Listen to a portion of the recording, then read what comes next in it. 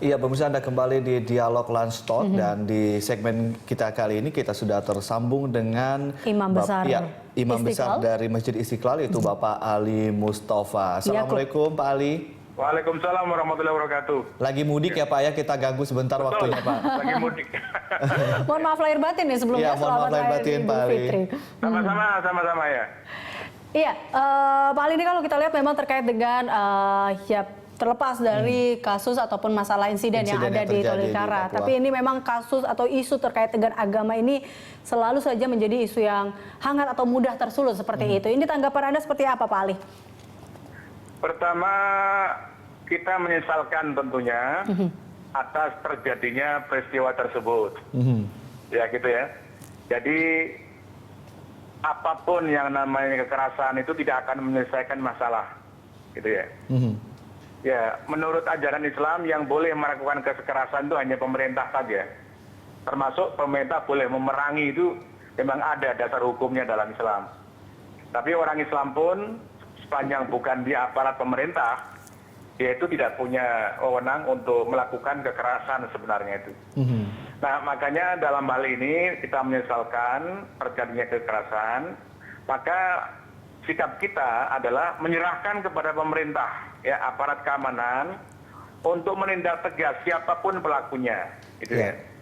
Nah, khusus kepada umat Islam, jangan terpancing, terprovokasi, dan jangan sekali-kali main hakim sendiri. Serahkan itu semuanya kepada aparat keamanan di negeri kita, begitu ya.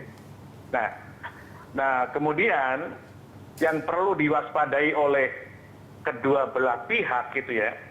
Tentu kita tidak dapat memvonis sekarang siapa yang bersalah ya. Yang akan memvonis tentu pengadilan ya. Ya, makanya diserahkan penuh kepada pengadilan. Hanya saja yang perlu kita waspadai itu peristiwa seperti di Papua itu dapat terjadi karena ada ulah dari pihak ketiga yang ingin mengadu domba antar umat beragama. Ini yang perlu diwaspadai. Itu. Betul. Nah, agama itu bagaimanapun juga, memang agama punya persamaan, tapi punya perbedaan juga kan, gitu kan. Nah, perbedaan inilah sering yang dijadikan sebagai alat pemicu oleh para provokator yang mau mengadu. Sebagai umpan, perbedaan-perbedaan itulah yang dipakai sebagai jalan untuk mengadu domba antar umat beragama. Itu yang perlu diwaspadai betul. Sebab itu sudah tertulis betul dalam protokol Zionisme nomor 7 itu. Itu sudah tertulis itu.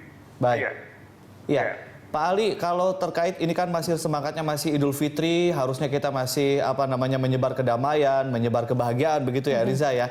Sebetulnya bagaimana sih dalam Islam ketika kita menghadapi perbedaan agama katakanlah Pak Ali? Islam itu sudah menghadapi dan memberikan petunjuk tentang perbedaan ya itu sejak periode Makkah itu loh. Ya, bukan sekarang aja. Nah, itu ajaran yang diberikan oleh Islam itu mengakui dan menghormati eksistensi agama lain. Ya, urusan kebenaran ajarannya itu terserah masing-masing. Tapi Islam mengakui eksistensi ya dan menghormati agama-agama lain seperti itu dengan prinsip pluralitas yang disebut dalam Al-Quran. Namanya lakum dinukum waliyadin. Bagi kamu agama kamu dan bagi kami agama kami. Ini memberikan makna bahwa orang non-muslim itu punya hak untuk dalam ajaran agamanya di agama mereka. Sementara orang Islam tidak boleh mengganggu mereka.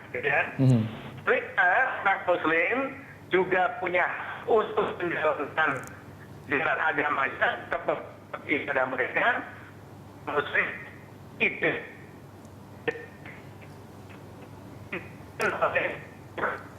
Pak Ali? Pak Ali? Halo?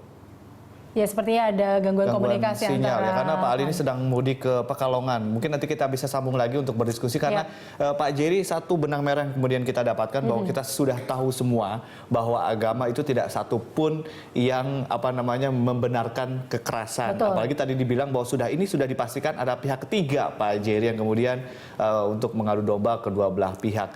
Kedepannya akan ada dialog-dialog khusus mungkin dengan umat Islam di Papua atau bagaimana? Ya, saya kira bukan ke depan. Kemarin sudah ada dialog, ada pertemuan ya, khususnya di Jayapura, dan saya kira di Tolikara juga Pemda dan aparat serta masyarakat di sana yang mewakili kedua agama sudah bertemu ya, dan sudah mencapai kesepakatan tentang beberapa hal yang kita bisa ikuti di media sosial ya. Itu di Tolikara sendiri maupun di Jayapura gitu. Jadi itu sudah terjadi gitu. Nah, saya kira memang problem kita ke depan itu kan begini, bagaimana supaya kejadian seperti ini nggak terulang lagi, sehingga kita datang ke sini, kita ketemu lagi seperti ini lalu bicara gitu ya. Saya kira yang paling penting itu tadi bagaimana membangun ketahanan personal umat ya terhadap banyak pengaruh dari luar ya. Baik pengaruh gaya hidup dan lain-lain maupun pengaruh-pengaruh informasi, termasuk sebetulnya pengaruh pemahaman keagamaan yang sebetulnya tidak sebagaimana yang dikemukakan oleh Pak Ali. Masih sempit begitu Ya, seperti kacamata kuda. Ini bukan hanya terjadi di agama Islam misalnya, dalam Kristen juga banyak begitu gitu ya. Jadi ini memang problem umum setiap agama ya. Ya, kita tahu tadi bahwa kata Pak Ali sebenarnya ada juga kesamaan tapi juga ada juga perbedaan. Nah, perbedaan inilah yang akhirnya dimanfaatkan hingga akhirnya menjadi menyulut ini ya. Begini sebenarnya dalam kekristenan kami di umat Kristen di Indonesia ini sudah mulai, kalau dulu begini paradigma kita mulai dialog dan kerukunan itu dari apa yang sama. Nah, sekarang kita mulai agak berubah perspektifnya. Kita mau memulai dialog itu dari kerukunan dengan umat dari perbedaan yang ada. Jadi memang fokusnya itu adalah bagaimana kita mengelola perbedaan, karena perbedaan ini sesuatu yang nggak bisa kita hindari lagi. Gitu. Kita berbeda, tapi sehari-hari kita hidup bersama. Nah, kita akan lanjutkan Pak Jerry, bagaimana untuk mengelola perbedaan ini hingga perbedaan ini menjadi sesuatu yang indah sebenarnya ya. Dan jangan sampai ada kekerasan lagi di antara umat beragama. Kita masih punya satu segmen lagi begitu Pak Jerry. Ya, kita akan kembali pemirsa usai jeda berikut ini.